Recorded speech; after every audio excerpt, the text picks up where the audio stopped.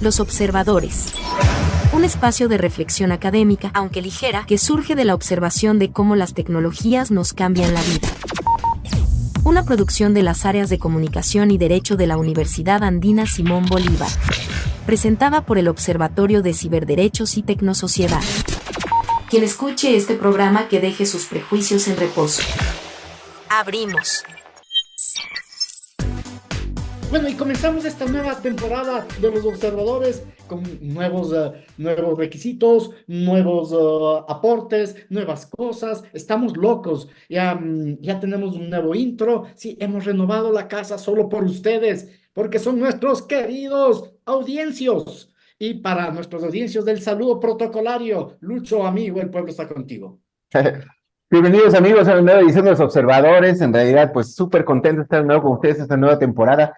Y pues ahora con un invitado súper especial, tenemos acá pues nada más y nada más que al doctor Lenin Navarro, Lenin Navarro Moreno. Quiero decirles pues una de las personas que yo más admiro dentro de esta área del derecho, sea un investigador, una persona que ha hecho obras de bastante trascendencia, pero aparte músico y loco también, pues en el buen sentido. Entonces, bienvenido Lenin a este programa Los Observadores. ¿Cómo estás? Un cordial y afectuoso saludo a toda la audiencia, un cordial saludo particularmente y un agradecimiento a Luis Enríquez, un dilatado amigo a quien también guardo una alta admiración y aprecio, y al distinguido amigo también Gonzalo. Muchas gracias por la invitación. Cuéntanos algo de tu vida, querido Lenin. Cuéntanos quién eres, qué haces. Eso es tradicional en este programa. Muchas gracias por la invitación, reiterando el saludo.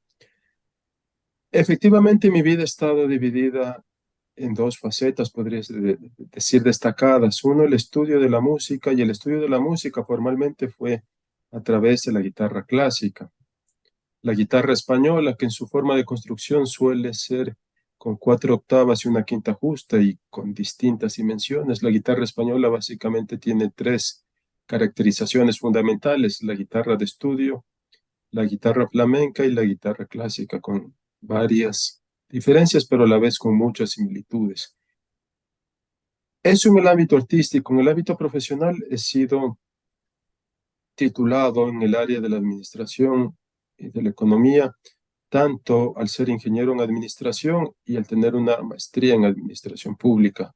Eso paralelamente en torno al estudio de las ciencias jurídicas, donde realicé un doctorado en Derecho Económico Internacional y un doctorado general en Derecho, este último en la Universidad de Castilla-La Mancha, y destacando mi formación jurídica principalmente en el derecho anglosajón, teniendo un LLM en Queen Mary en la Universidad de Londres y otro en la Universidad de Pensilvania. En Estados Unidos también cursé las aulas estudiando arbitraje internacional y derecho internacional en American University, en el Washington College of Law, y también al año 2018 estuve como investigador visitante en Georgetown, en la Escuela de Derecho de la Universidad de Georgetown en Washington. Muy bien, y con este nutrido currículum de Lenin, vamos a ingresar a la primera sección de nuestro programa, Interestelares, Planes Futuros que nos afectan, inteligencia artificial, biotecnología y otras novedades de ciencia y tecnología.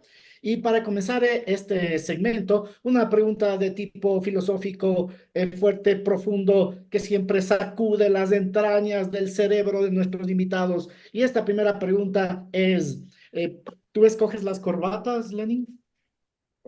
Sí, sí, usualmente, y ese es un tema interesante en el ámbito anglosajón, un abogado básicamente debería o tendría que vestir con traje azul, porque detrás de los colores y detrás de las formas también hay un lenguaje y un mensaje que se envía.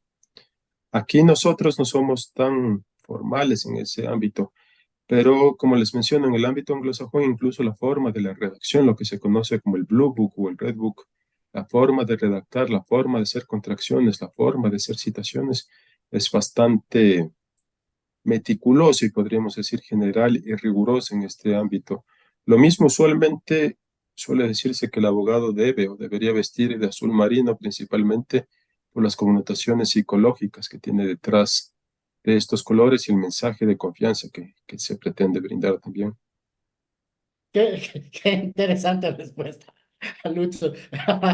Dale, dale, tú inicias, tú inicias con preguntas ya más ligeras, más superficiales, ¿no? Yo ya hice la Bueno, profunda. Lenny y yo, pues la verdad nos conocemos muchos años, comparto a todos y en realidad ha sido pues de alguna manera nos encontramos cada cierto tiempo y pues vemos muchas cosas que pasan en nuestras vidas y en realidad en tu vida yo quisiera preguntarte algo interesante.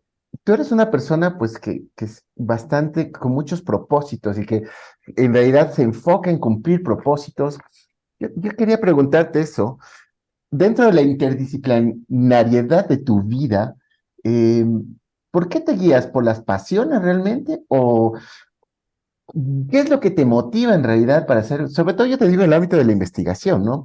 ¿Es una pasión o más bien es digamos, pues, una visión de cumplimiento? O sea, algo un poquito pasando del ámbito solamente jurídico. ¿Cuál es tu motivación realmente para esto? Y quiero presentarles a todos, por ejemplo, este es un libro de Lenin, de hace poco tiempo, publicado en inglés, sí, que está bastante bueno, pues yo ya leí casi todo, justamente International Law. Entonces, ¿cuál es tu motivación, Lenin, para todas las cosas que haces? Qué buena Mu- pregunta, Lu. Muchas gracias. Aquí básicamente podríamos dividir el tema en dos. Uno, lo que se conoce como disonancia cognitiva, y todo ser humano en su interior desea hacer una cosa, pero sabe que debería ser otra cosa. Y eso nos lleva también a la filosofía y a la lógica formal de la ontología, la razón del ser, del debe ser, y contrario sensu, lo que no debería ser. Y como digo, dentro de este marco de la disonancia cognitiva, el primer punto de partida es el discernimiento, porque como digo, todo ser humano, a pesar de que sabe que hace cosas que no deberían estar presentes, tiene una atracción. Y muchos seres humanos también tienen una atracción por lo destructivo, y eso es principalmente el tema del tiempo y el tema de los propósitos, porque hay un costo de oportunidad. Toda elección que nosotros tomamos implica aparejadamente una renuncia. Cuando nosotros elegimos hacer, no decir, trasladarnos o estar presentes en un espacio físico determinado, eso también está aparejado de renuncias. Y aquí es el tema del equilibrio, junto a las elecciones y propósitos que nosotros hacemos correlacionadamente, y esto también con el principio de correspondencia, está presente las renuncias que nosotros tenemos. Ahora, una cuestión más profunda también es, como se decía en la antigua Roma, de que nadie puede huir de su destino. Al final, el regalo más poderoso que tenemos, el creador, es nuestra libertad. Sin embargo, también existen condicionamientos que nosotros no podemos desconocer. Y bueno, y esa disonancia cognitiva es lo que te motiva, eso entiendo, Lenin. O sea, No, no, no, al contrario, yo pienso superar la disonancia cognitiva es lo que nos permite encontrar un norte efectivo, porque como digo, en la práctica, todo ser humano en sus adentros sabe que quiere hacer algunas cosas y otras cosas debería hacer, y muchas veces lo que popularmente se traduciría en lo que dice el corazón y lo que dice la cabeza, más o menos. Y siendo más ejemplificativos, más aún muchas veces en el ámbito jurídico también, lo que nos dicta el hígado, lo que nos dicta el corazón o lo que nos dicta el cerebro. Básicamente sería la traducción de esta disonancia. Pero en ese oye, contexto, yo tengo un meme buenísimo ahorita justamente, que hay miles de personas haciendo fila porque buscando dinero y unas dos personas buscando valor. En ese sentido, ¿crees que más bien tu vida y tu investigación se fundamenta justamente en la búsqueda de ser un hombre de valor más que el dinero? Porque a los ojos de una persona común de este tiempo, tú serías un loco. ¿Qué opinas, Lenny? Efectivamente, muchas personas me han dicho dónde sale la motivación, el esfuerzo, incluso la relación costo-beneficio, porque si alguien ha dedicado toda su vida al estudio, ya en el ámbito de maestrías, voy iniciando ya la séptima maestría, la carrera de administración, la carrera de derecho, etcétera, y podríamos decir, el transitar paulatino, pero permanente en el estudio, en el desarrollo, también la producción, la producción escrita. El primer libro, que fue en 2 tomos sobre contratos internacionales, lo escribí a los 22 años y tuve el agrado de que uno de los grandes profesores de aquella época, el doctor Mario Gómez de la Torre, haya sido quien prologó ese libro. Ese trajinar y ese transitar posteriormente implicó que escriba un tratado de 10 libros. Así como los libros se dividen en capítulos, los tratados se dividen en libros, y este tratado voluminoso de 10 libros posteriormente forma parte de la Enciclopedia Jurídica Omeva, siendo sus dos últimos tomos, el apéndice 1.9 y el apéndice 9.2.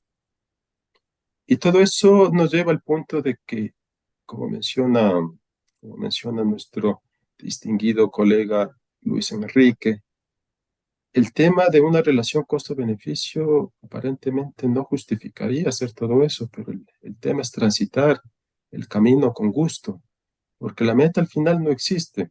Sin embargo, el transitar es lo que nos permite seguir en una continua evolución y principalmente la depuración, porque existe prácticamente, haciendo una alegoría, una piedra en bruto con ciertas imperfecciones y con ciertas pasiones que únicamente quien puede limar todas estas asperezas va encontrando respuesta en el camino. Y como digo, básicamente si uno pensaría hacer dinero o estudiar y dejar una huella, es interesantemente con una respuesta en una conversación que tuve con Luis, en una entrevista que fue dada en torno también en el Instituto de Altos Estudios Nacionales sobre Ciencia y Tecnología, cuando Luis me menciona, y de forma muy acertada, y yo comparto aquello, el mismo ejercicio del derecho no es solamente para ganar un caso o estar presente en una representación, sino para dejar huella y estar en los temas más profundos, en los temas conceptuales y principalmente dar nuevos derroteros, porque nosotros estamos en un sistema positivista que dista mucho y encuentra choques principalmente con el derecho internacional y también con el derecho anglosajón. El derecho anglosajón no es positivista, sino naturalista, fundamentado básicamente en principios, y eso nos marca una diferencia de pensamiento, de comportamiento bastante importante. Lenin, ahora entiendo por qué Lucho a mí me parece una persona brillante y me siento honrado de tenerle como conductor, co-conductor en este programa. Y ahora entiendo por qué él te admira, ¿verdad? Es decir, hay mucho conocimiento en tu cabeza. Y de ahí viene mi siguiente pregunta, Lenin.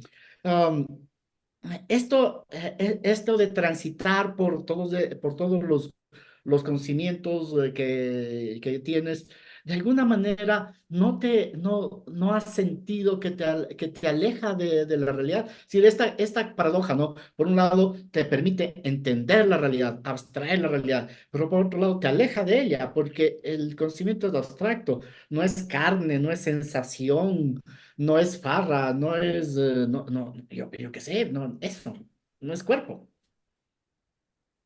Este es un tema bastante interesante también cuando vemos en el origen del universo y en la historia, cuando dice el Todopoderoso, el Creador, creó las cosas que se ven y las cosas que no se ven. Y lo que refiere Gonzalo es fundamentalmente aquello. Aunque nosotros no percibimos incluso las cosas que no se ven y las cosas que aparentemente no han sido creadas, existen. Y eso también nos lleva a un tema sumamente complejo y sumamente interesante. Porque principalmente los artistas y quienes hacen las cosas por inspiración más que por esfuerzo, nos damos cuenta de aquello. Y un tema interesante, muchos pensarían, tienes una trayectoria medianamente importante o has hecho cosas medianamente importantes, y es ese conocimiento y ese bagaje el que te da herramientas, y la respuesta es irónica en muchos casos, porque los logros ordinarios y los logros comunes se los hace básicamente, como había dicho Gonzalo, con el esfuerzo de levantar un martillo, de levantar un cincel, de cargar el peso, de sentir la carne, pero básicamente los logros más importantes de la vida se los hace por inspiración. Y cuando uno hace las cosas por inspiración, interesantemente, quienes posiblemente no experimentan esta forma creativa, la inspiración no implica esfuerzo. La inspiración en el mayor de los casos implica un deleite, implica un goce.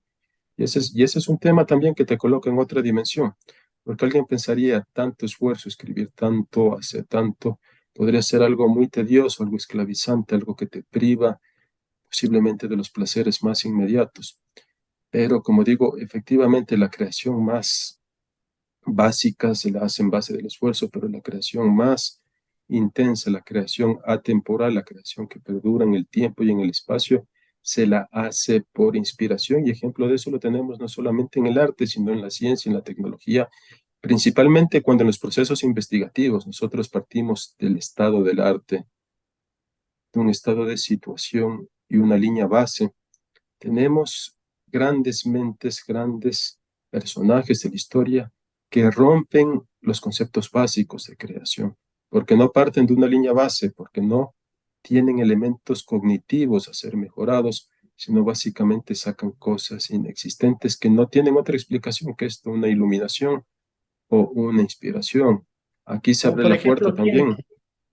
también. Aquí se abre la puerta también, y justo lo que dice Gonzalo, eso también te abre canales, de que no todo lo que inspira y no todo lo que crea necesariamente es bueno, necesariamente viene del camino de la luz. Por ejemplo, ¿quién es tu mayor referente así conceptual? ¿Quién te ha dado la iluminación? ¿O qué conocimiento has encontrado tú en tus investigaciones que te haya dado claridad del mundo, de la realidad, del derecho? Aquí hay varios aspectos interesantes. Ahondé también una época en la filosofía, y principalmente con los existencialistas, con Heidegger, con Nietzsche, Kierkegaard, etcétera, con la Sabes que Heidegger lógica. me cae malísimo, ¿eh? Lo he leído bastante, me cae Y, y, malísimo. y eso es lo que voy. Muchas veces la filosofía te da la lógica de lo ilógico, o muchas veces le dicen esa es la dialéctica del despecho, la dialéctica de la Ujú. destrucción, etcétera. Y la filosofía obviamente no te da una respuesta, porque el ser humano no tiene una respuesta. Y básicamente, como digo, la época de estudiar filosofía la he dejado, porque fue en años iniciales que fue una inmersión bastante profunda en textos filosóficos, pero como digo, en muchos casos eso más confunde que aclarar, porque la primera cuestión es el hecho situacional. Como ser humano no puedes dar respuesta a temas que cognitivamente no podemos hacerlo. Básicamente es como con un receptor AM, un radio AM, se pretenda ingresar al Internet, por ejemplo. Básicamente no podemos hacerlos, y ese es un choque permanente en lo que nosotros tenemos. Ahora, en el ámbito del derecho, sin querer, sin querer, y lo digo con la mayor sinceridad del caso, sin querer, y básicamente fue por el tema de un amor al estudio y una permanente búsqueda de libros y textos. Fui el mejor estudiante de la carrera y fui el mejor estudiante de las facultades de la universidad que formaban en aquella época la institución donde me gradué, teniendo la titulación de abogado. Ahora, ¿qué sucede? Una cosa que te despierta la luz, y lo que habíamos hablado anteriormente. Nosotros tenemos una formación romanista, una formación positivista, que básicamente nos enseñan que lo que no está en la ley no existe en el universo, lo que no está en el expediente no existe en el universo, etcétera, etcétera, frente al estudio realizado en el ámbito anglosajón, donde ellos son simple y llanamente respetuosos de los principios. Y eso también te marca un quiebre conceptual totalmente interesante, que cuando llegué a Estados Unidos, y los LLM básicamente son programas profesionalizantes que te permiten dar el examen de la barra en una jurisdicción determinada, el tema de que si quieres estudiar y si quieres aprender el derecho anglosajón, debes borrar lo que conociste. Ahora, ¿qué tenemos? El derecho internacional, muy difuso, el derecho internacional en construcción, pero sentado básicamente sobre principios éticos y sobre principios de moral. Y es esta moral y el sentido común lo que diríamos para un estudiante de escuela, la lógica y la ética, lo que marca el cuerpo conocido como jus cogens, que es la piedra angular de un derecho que en principio no es creado, no puede ser modificado y no puede ser derogado por voluntad humana. Ese es otro aspecto sumamente fundamental, principalmente cuando el Estado suele recibir demandas o cuando hay demandas en el ámbito internacional. El abogado formado con esta noción positivista de derecho romano, salvo el derecho administrativo, que ya es una invención histórica de la Revolución Francesa. Tenemos Revolución Francesa 1789, un año después la Ley 1694, que crea el principio de que el poder ejecutivo no debe o no podría ser escrutado por el poder legislativo y por el poder judicial, básicamente trasladando y traspolando los privilegios unilaterales y exorbitantes del monarca a lo que se conoce hoy y que tenemos también en la República del Ecuador, los privilegios exorbitantes y unilaterales de la administración pública. Los anglosajones no conocen aquello y obviamente van en una contravía directa, por ejemplo, el caso emblemático de la Corte Suprema que marca la función primigenia, la revisión judicial, que es Marbury-Madison 1804, por ejemplo. Lucho, Bueno, no sé si es que dices algo sobre qué es el derecho positivista, porque no creo que nuestra audiencia entienda de lo que significa. bueno, sí, pues es una tradición diferente. El positivismo, pues estamos hablando de una corriente básicamente que fundamenta en la ley. Es decir, lo que dice la ley es lo que está. Tenemos que hacer una diferencia entre derecho público-privado. Obviamente, pues cuando hablamos de derecho público, tú puedes hacer solamente lo que te dice la ley, básicamente, ¿no? Entonces, más bien, si lo traducimos hoy en día, pues hablamos, pues por supuesto, de una visión mucho más prescriptiva del derecho, donde yo te digo, tienes que hacer yo aquí no voy a hablar de un jurista en particular, sino voy a hablar de Jack Ma, por ejemplo, pues el famoso CEO de Alibaba, que él dijo algo muy interesante. Dijo, cuando en la Unión Europea hay un problema, cuando en China hay un problema, buscamos una solución, porque cada caso puede ser diferente. Pero cuando se presenta un futuro problema en la Unión Europea, hacen leyes, ¿no? De alguna manera eso representa un poco esa visión. Pero obviamente, pues, solamente para ponerle en contexto, sí hay una gran diferencia, pues obviamente cuando hablamos de principios, valores y sobre todo de una tradición. No sé, Lenin, yo recuerdo que yo cogí una clase justamente de derecho anglosajón, pues tú nos puedes aclarar esto. Y lo interesante es que, por ejemplo, hace algunos siglos, los estudiantes de derecho en realidad estudiaban derecho canónico, ¿verdad? Pero en realidad los que se estaban formando para abogados estaban allí, pues básicamente en las audiencias, ¿no es cierto?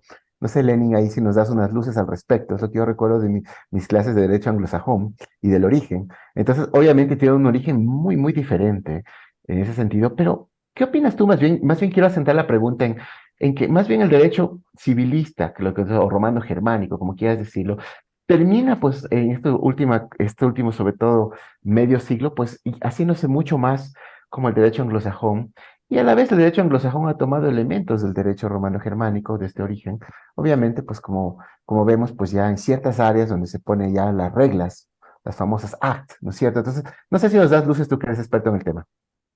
Básicamente, y comenzando por la última parte de la pregunta, efectivamente, por ejemplo, en el arbitraje internacional se hace evidente esta fusión.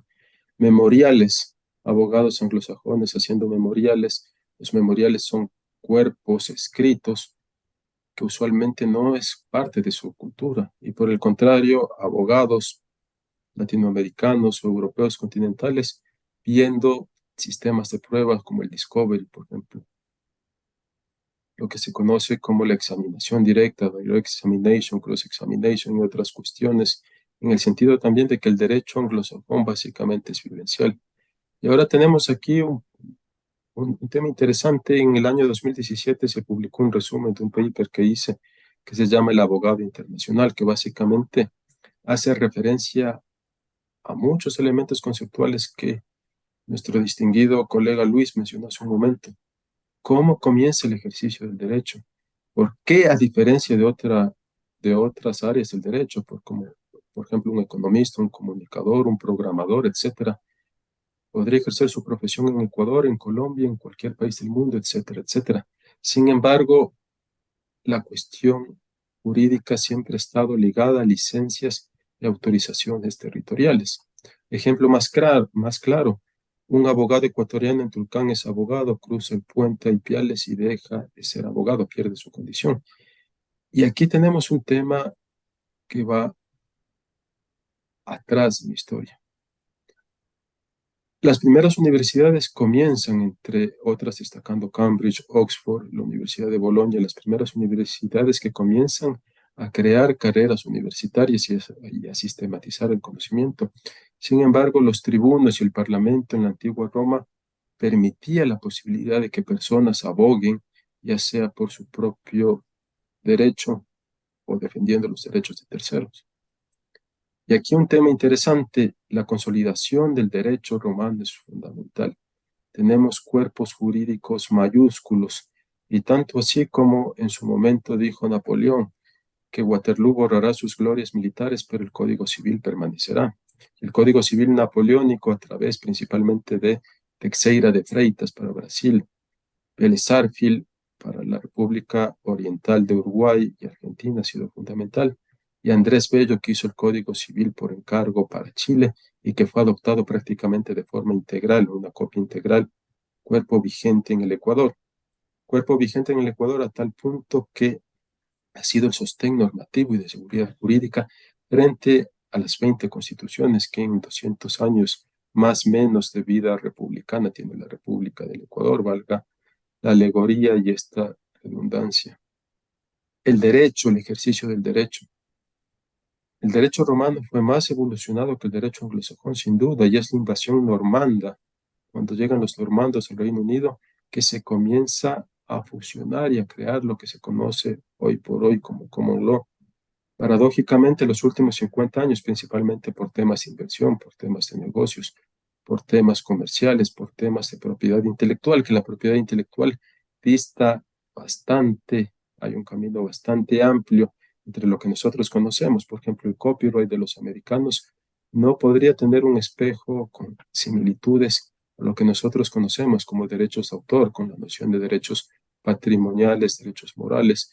Lo mismo, distintos cuerpos, pero básicamente, para cerrar este tema, en Estados Unidos también la cuestión del derecho escrito ha permeado principalmente en el ámbito del derecho federal, porque podríamos decir el derecho federal es básicamente estatutario, sin que esto sea absoluto tampoco, pero tiene una carga importante, mientras que el derecho estatal tiene todavía esa mayor carga de raigambre costumbrista, de raigambre histórica ligada al common law.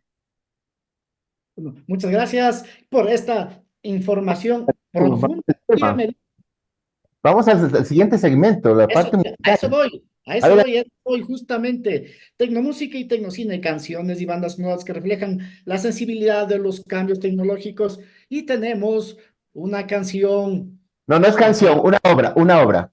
una obra, Nada, no es cantada. sí, está bien, muchas gracias. Una obra que Lucho, por favor, a ver, danos el intro de Bueno, esta. bueno, Lenny y yo tenemos algo en común, que estudiamos guitarra clásica y curiosamente también guitarra española, pero este es uno de los temas pilares de realmente la guitarra clásica, que se llama La Catedral, para quienes no lo conozcan, del el gran Agustín Barrios Mangoré, origen, me corriges, Lenin paraguayo, y básicamente pues este es un recording original de él, ¿no? Que lo rescataron, que se perdió el primer movimiento y está en el segundo y el tercer movimiento. Entonces, adelante por favor con La Catedral. Rueda tape.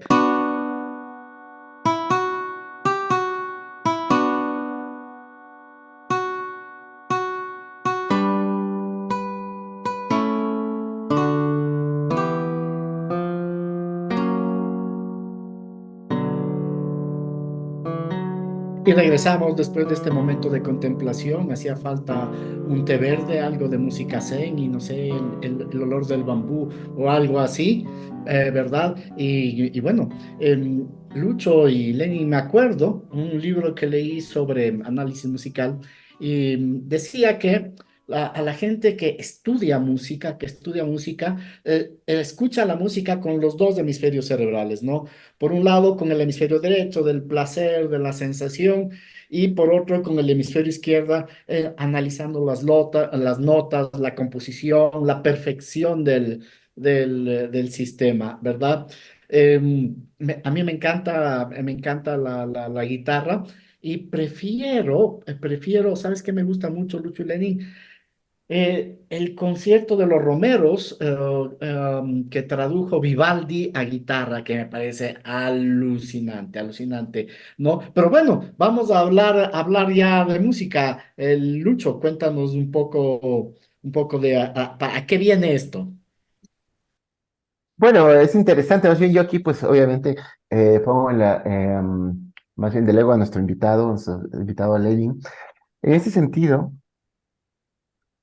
¿cuál es el rol del arte hoy en día? De alguna manera se ha venido a menos. Y vamos entrando también a temas tecnológicos. Fíjate que hoy en día, pues la cultura del like, de alguna manera, pues esto de querer ser influencer, esto pues básicamente de tener de qué importas, por qué tantos likes te ponen a la final, de alguna manera pues ha atrofiado el arte. Dicen que el arte viene a ser el reflejo de la sociedad en la que vivimos y obviamente el reflejo de la música que hoy en día se escucha. Y, bueno, te lo pongo primero como, por supuesto, como un criterio mío, pues, pero a la vez, más bien como una conclusión mía, pero a la vez, pues te lo dejo a ti. ¿Qué opinas al respecto de que de alguna manera se han perdido todos esos valores, ese valor de realmente esperar por un trabajo bien hecho, de tener un poco de paciencia, de buscar un poco la dificultad a veces en el arte, de encontrar placer justamente en la elaboración, como por ejemplo, imagínate tú en esos tiempos de la música barroca, por decirlo, o por ejemplo toda la explosión del jazz en siglo XX, comienzo del siglo XX. Entonces, ¿qué opinas tú? ¿Qué pasa hoy en día que pues se tomó mundo del arte, todo este arte basura, disculpen que tenga un juicio de valor, pero me refiero, por supuesto, a esta cultura reggaetonera, a esta cultura de trap, de K-pop, que de alguna manera ha hecho que la audiencia lo que haga es cambiar el tema? Es decir, un chico de hoy te escucha un tema y dice, ah, no, 3 minutos es muy largo, no voy a escuchar 3 minutos. Entonces, claro, mucho menos vas a leer un libro que te va a tomar 2 meses, ¿verdad? Si es un libro. ¿Sí me entiendes, Lenny? Entonces, ¿cuál es el problema que tenemos? ¿Crees que el arte es un reflejo de un mundo que totalmente ha perdido su rumbo dentro de, justamente, pues, que ha sucumbido ante una búsqueda acelerada de la dopamina? ¿Qué opinas tú? Muchas gracias. Y obviamente las reflexiones que hace Luis Enríquez lo hace no solamente como un abogado, como un importante jurista, como representa esa condición y esa calidad, sino básicamente como un artista dilatado, un artista connotado. Y aquí un paréntesis, un poquito alejándome de la primera parte de la pregunta.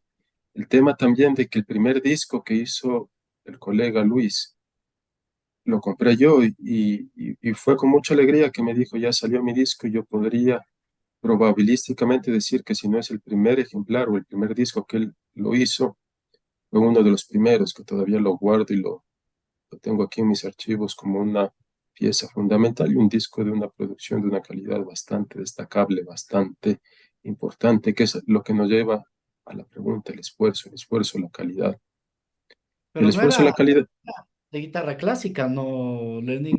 no de guitarra eléctrica, de guitarra eléctrica. El primer disco titulado Mantra del colega Luis. Como lo digo, interesantemente, él mismo me comentó que no lo tiene hoy en su poder, pero lo tengo yo aquí. Muy Sí, bien, no lo tengo, guárdale, please, para que me lo cruces. Gracias. muy bien conservado. Y el tema vuelve otra vez a la cuestión económica. Ser músico implica un estudio reiterado, porque a la vez tiene una doble dimensión. Uno, el conocimiento dogmático, conceptual, pero otro, casi la condición como de un atleta. El entrenamiento debe ser constante y cuando uno no tiene, podríamos decir, muchas veces el tiempo, las condiciones o el ánimo incluso para practicar y practicar, el nivel puede ser ambivalente.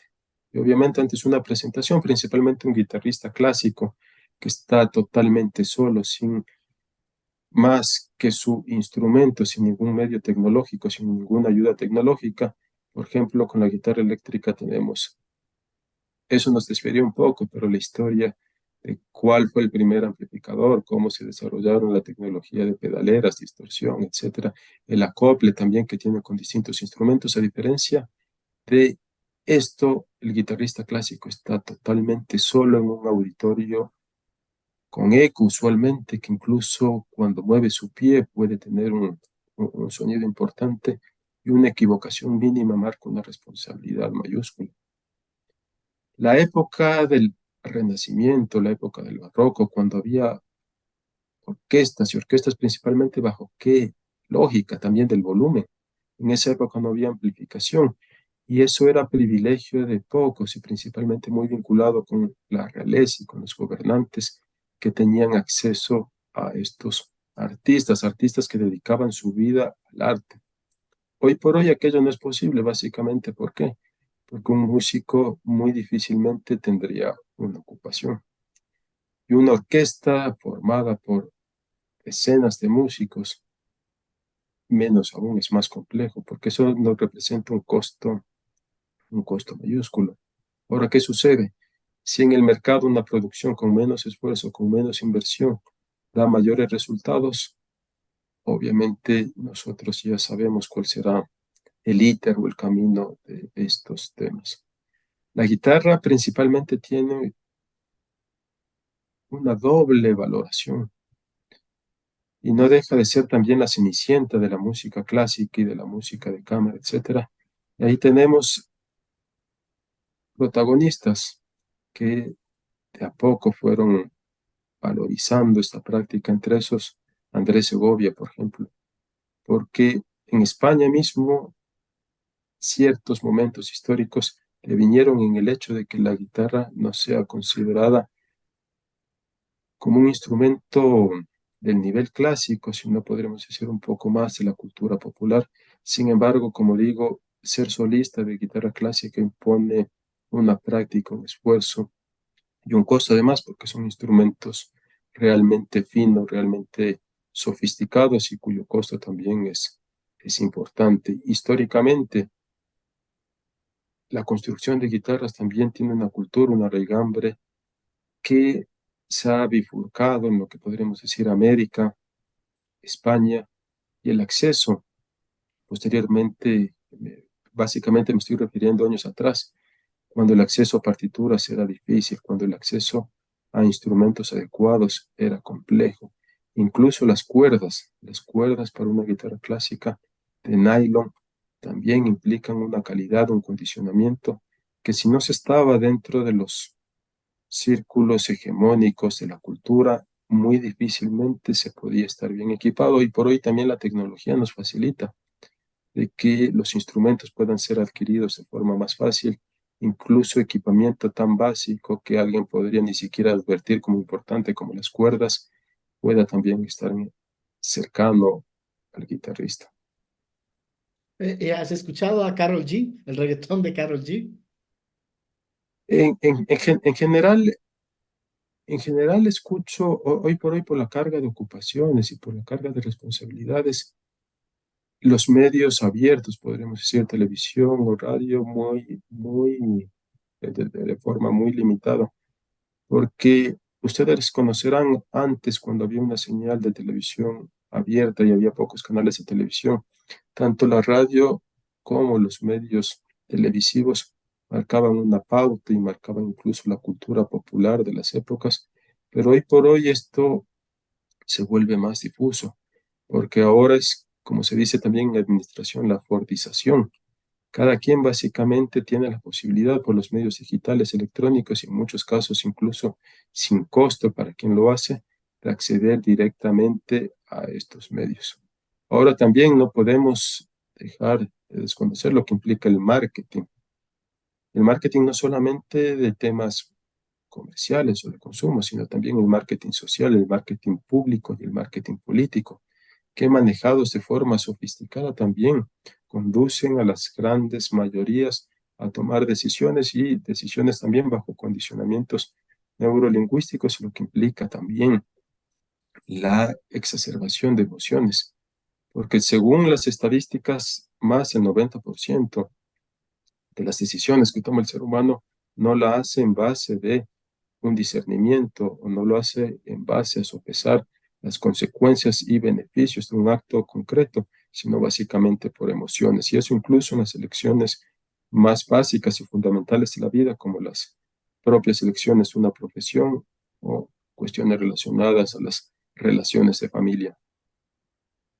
Lenin, eso me haces pensar en que justamente eso sacude el derecho, ¿no? Esa idea de que nuestras decisiones ya están tomadas previamente, entonces, ¿cómo podemos pensar que una persona es consciente plenamente de sus acciones cuando esas acciones fueron tomadas por el entorno, ¿no? Eso me parece como que un cuestionamiento fuerte al derecho ya desde la psicología cognitiva, ¿no? ¿Qué te parece?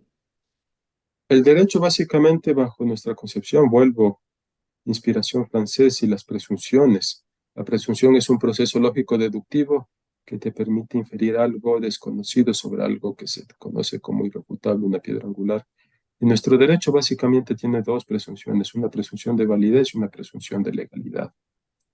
Y prima facie, incluso lo que a primera vista se muestra como inadecuado, incompleto, es derecho hasta que no sea expulsado del sistema jurídico.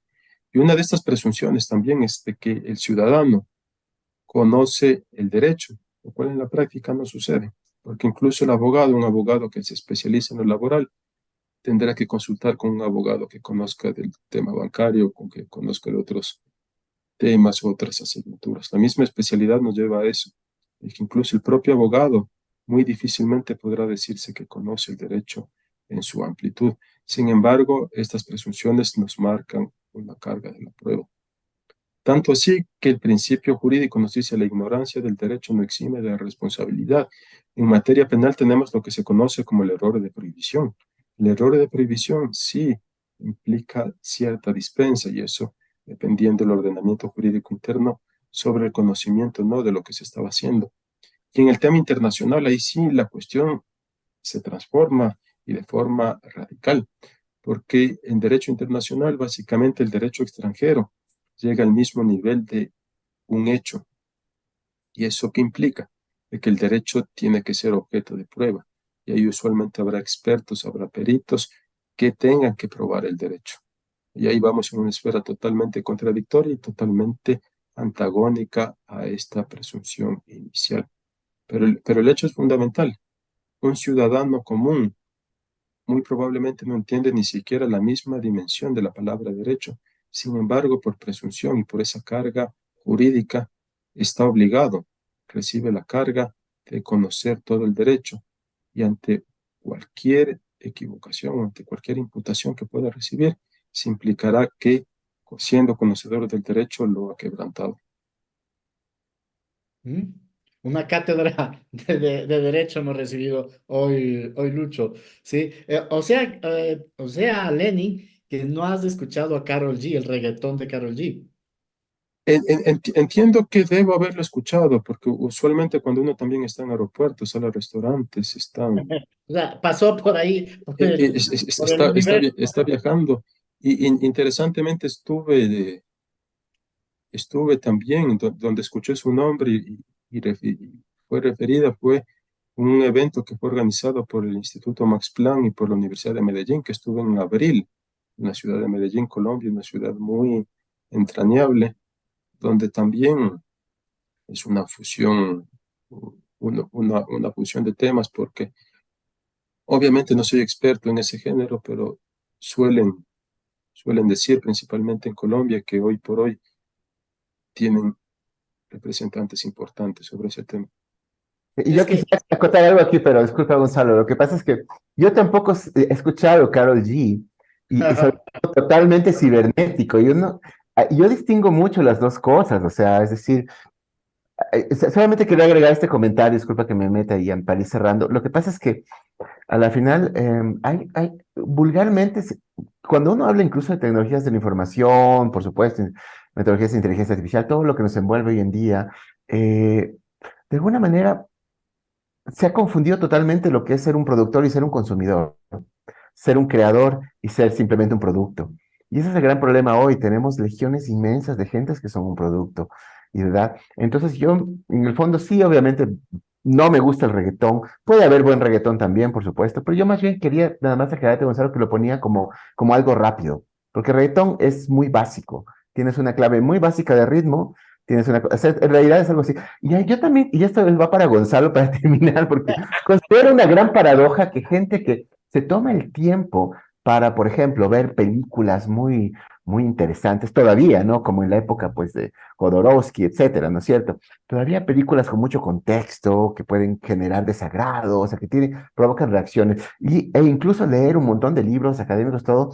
La música que escuchan es tan básica. ¿Qué opinas tú, Gonzalo? Disculpa que te diga esto tan frontalmente. ¿Sabes qué? Yo escribí, y esto por eso le insistía tanto a Lenin por su carácter tan académico, tan estudiador, ¿verdad? y también por ti y tu conocimiento de la música, y obviamente estoy en acuerdo con los criterios generales que has dado sobre la música, el reggaetón, sobre esta superficialización, sobre esta banalización, sobre esta ridiculización musical. Estoy totalmente de acuerdo. Sin embargo, como no todo es, no todo es negro, hay cosas blancas y hay muchos grises en la vida. Mi opinión es la siguiente. Creo que hay un reggaetón muy asociado al marketing y de ahí una versión muy extremadamente machista que se ha posicionado muy fuerte con unas letras absurdas, ridículas y muy machistas que me desagradan. Pero es masculino. ¿Sabes? Es un reggaetón masculino. En cambio, el reggaetón femenino es alucinante porque ha reposicionado la sexualidad femenina y la ha puesto, a ver, si los hombres pueden hablar así, las mujeres podemos hablar así, y las mujeres podemos desear, y las mujeres podemos facturar, como dice Shakira, nosotros también podemos hacer música. Yo he escuchado mucho a Karol G, realmente soy fan de la colombiana, me encanta su música. Entonces creo que hay estos niveles, no, Vico, sí, la primera temporada de Vico, sí, sus canciones, muy buenos trabajos. Creo que los extremos, como siempre hemos hablado en los observadores, los extremos nos llevan al carajo. Pueden poner pi aquí en los observadores, pero no creo, sí, nos friegan. Esa es mi opinión. Y por eso le preguntaba a Lenny, ¿no? Porque es como él dice, ¿no es cierto? Quizá pasó por el aeropuerto, la canción me entró por una oreja y salió por la otra, ¿no? Lenin, ahí te dejo, escucha la Karol G, llénate de esa sexualidad. Hay solamente un tema para complementar la reflexión que habías hecho, que cuando la música tiene dos dimensiones, cuando dijiste las sensaciones y ya el espectro técnico, todas las artes, y es evidente, principalmente la música, tiene una connotación, una estructura y una composición matemática. Y la matemática es lo que nos da la utilidad y la estética en absolutamente todo. Y tenemos otra vez el principio de correspondencia y las igualdades. Algo tiene, así como en contabilidad, Luca Pacioli hizo la lógica de la contabilidad por partida doble, lo mismo. En la música, todo matemáticamente, en distintos tiempos, en distintas proporciones, en distinto enfoque, deben tener armonía, porque básicamente, si matemáticamente no está bien construido algo, no va a funcionar. Ahora el tema también es el de las sensaciones. Ahí en guitarra clásica, por ejemplo, tenemos a Leo Brouwer, que comparado con la sofisticación, la velocidad, la fuerza de otros autores, posiblemente no está al mismo nivel, pero las sensaciones que transmiten son complejas, son complejas. Y muchas veces, así como había hablado de la filosofía en el mayor de los casos, y ese es mi criterio después de años de leerla, de estudiarla, principalmente para las personas muy jóvenes, la filosofía confunde más que aclarar las cosas. Y básicamente Eso me también, encanta. A ver si esta grabación escucha a nuestro querido colega Edison Paredes, filósofo de la universidad, que le mando un saludo, ¿no? Filósofo de la Católica, a quien le acaban de decir que la filosofía confunde más que aclara. Yo estoy de acuerdo con eso, ¿eh? y aquí vamos a un punto adicional, lo que había mencionado Gonzalo, las emociones, el mundo matemático, el mundo estructural, el mundo cognitivo, pero hay algo mayor, que son las palabras, la forma como se ponen las palabras, la simbología, el mismo hecho de la implicación de los números. Todo esto nos lleva a cuestiones, en algunos casos incluso ritualísticas, que abren también dimensiones y que abren portales, y que mucha gente tampoco tiene la sensibilidad o en algunos casos el conocimiento para aquello. Y obviamente uno es responsable de lo que hace y uno también por omisión. En muchos casos es responsable por las puertas que deja abiertas. Bueno, Y yo diría ahorita, Gonzalo, y te vamos saliendo, pues, nada más decirte, Lenin, ¿qué te parece lo más relevante de esta entrevista? Para ir cerrando, de pronto, pues, como ves, no hemos tenido un guión determinado, sino que hemos ido yendo con la corriente. Pues, ¿qué te parece lo más relevante de esta entrevista? camarón que se lleva la corriente. Básicamente la reflexión que ha motivado en mis últimos años, que todo es posible para el que cree. Y eso es un tema fundamental, porque también la ciencia, la tecnología y la misma educación formal lo que hace es ponernos límites.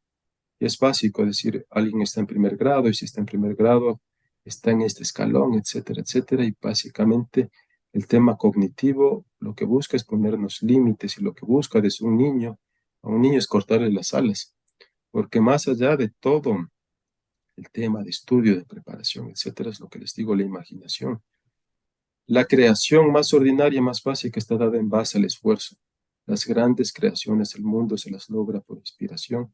Y si a un niño se le corta la imaginación, principalmente por sistemas educativos coercitivos que no buscan más que imponer, como les digo, cajones y límites al pensamiento, a la estructura, incluso de forma clasista, no vamos a conseguir lo que nosotros en algún momento deberíamos o quisiéramos ser. Porque la misma pregunta es qué misión nosotros tenemos en el mundo. Y si alguien no tiene respuesta a esa pregunta, si alguien personalmente no sabe todavía qué misión tiene en el mundo, más difícilmente sabrá cómo puede colaborar o cómo puede sumar aquello. Pero básicamente la reflexión principal para todas las personas que nos escuchan, principalmente para quienes están iniciando en el mundo de la música, del estudio, todo es posible para el que cree. Y si ustedes tienen esa fe, porque además nadie triunfa por sus propias fuerzas, esa es otra reflexión fundamental. Nadie triunfa por sus propias fuerzas y básicamente todo es posible. Si estamos convencidos de aquello, no vamos a estar remando contra corriente, sino es al contrario. Estas fuerzas mayores serán las que nos guíen, las que nos inspiran, principalmente como les había dicho al inicio de esta entrevista, cuando se dice que el Creador, el Todopoderoso, hizo todo lo que se ve y todo lo que no se ve. Al final todo está creado, esas grandes obras musicales, esas grandes obras filosóficas, etcétera, etcétera, están ya creadas en algún lugar, en algún repositorio, y lo que hace quien es fiel al estudio, al desarrollo de una disciplina, básicamente es rescatar esto que ya consta en algún sitio que para nosotros básicamente no es explicable a través de nuestros argumentos de la física principalmente y los argumentos epistemológicos que nos marcan la posibilidad o no de cómo entender la ciencia y la tecnología. Bien, y con esto vamos cerrando. Estaba buscando, por eso me veían regresar a ver, estaba buscando un libro que tengo, que es una antihistoria de la filosofía, que podría resumirlo en esta frase, ¿no? La filosofía confunde más que aclara, que me ha parecido extraordinario, además de todo lo que he aprendido hoy día de derecho y de filosofía y de música. Muchas gracias por más conocimiento de los observadores. Lucho, cierre el programa. No, muchas gracias, Gonzalo. Pues un gusto compartir como siempre el programa y muchas gracias a nuestro invitado, Lenin Navarro. En realidad las puertas están abiertas. Si quieres compartirnos un post, alguna cosa, pues esta es en realidad es tu casa, el programa que tenemos aquí. Muchas gracias por venir, Lenin. Una despedida. Gracias, Lenin. Muchas gracias. Y ante el ofrecimiento del distinguido colega, estaré presente y estaré participando en las cuestiones que pueda colaborar. Y como les había dicho, la última noticia que tuve fue un reconocimiento de la Inter-American Bar Association sobre el libro Soberanía en Disputas Internacionales. Únicamente reiterar mi alta estima y consideración, enviarles un afectuoso abrazo y, como les digo, reiterar en esto, todo es posible para el que cree. Bueno.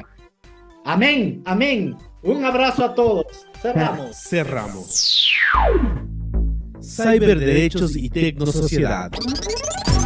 Un espacio de reflexión académica para incursionar en los variados conceptos de ciencia y tecnología.